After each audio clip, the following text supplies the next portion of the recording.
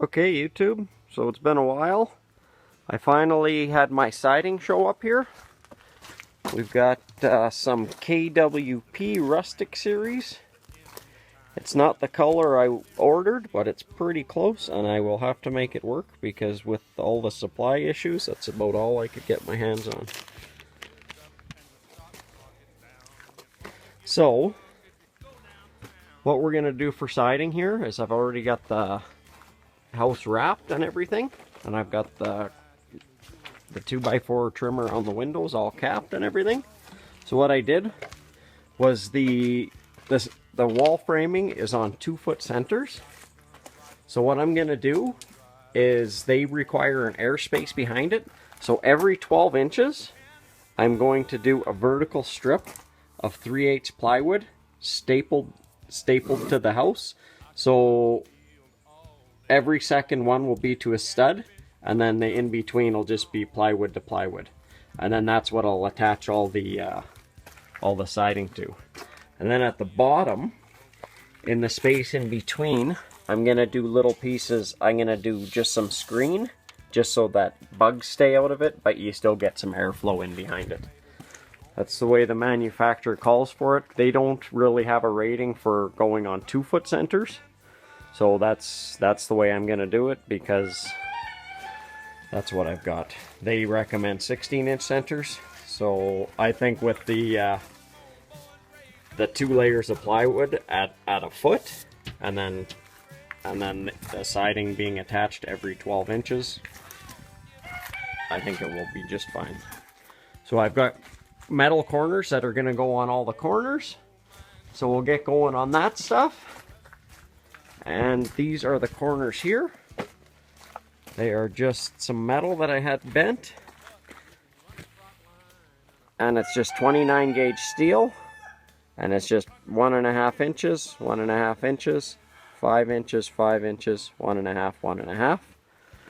So what I do to put those on is I just mark at the bottom and the top, just 5 inches over, there, and then up high as well, and then I just staple those right to the house.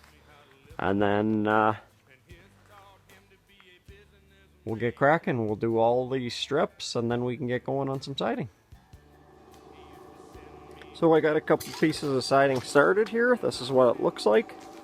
It's KWP brown siding, and the color is Torrefield brown. So when we put it on, you leave a little tiny gap around everything, and then that gets filled with a sealant, the quad sealant. And then same thing around the edges, you just leave a little gap and then seal all that. So I've got this whole side here prepped and ready to go.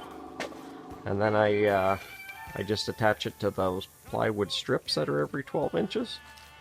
And then at the bottom here, I just use some bug screen to fill these little spaces here so that bugs can't move in, but air can still flow behind the siding. So this side's all ready to go here, and I will keep working on it. We're from North California and South Alabama and little towns all around this land. And we can skin a buck and run a trot line, and a country boy can survive. Country folks can survive. Country boy can survive. Country folks can survive.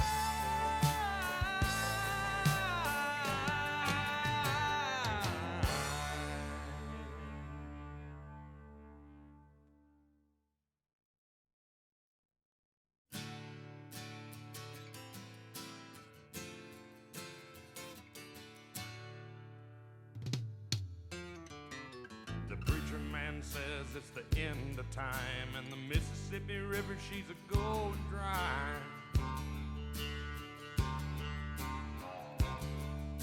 The interest is up and the stock market's down, and you're only getting mugged if you go downtown.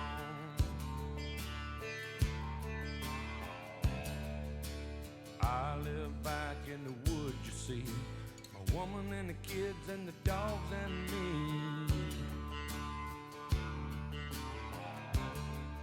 got a shotgun, a rifle, and a four-wheel drive, and a country boy can survive. Country folks can survive.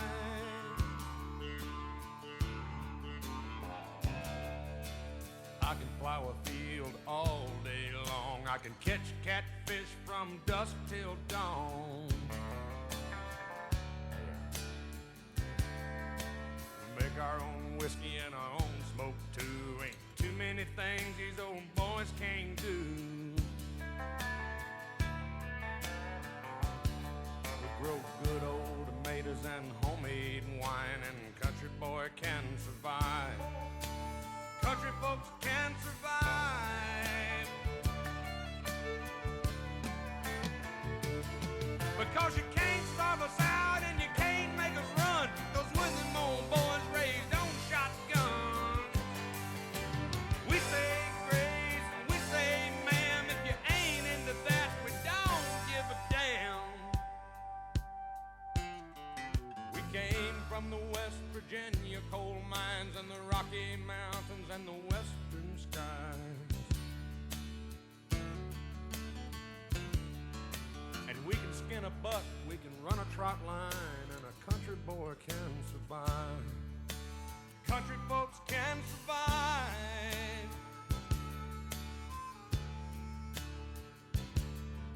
I had a good friend in New York City. He never called me by my name, just Hillbilly. My grandpa taught me how to live off the land, and his taught him to be a businessman.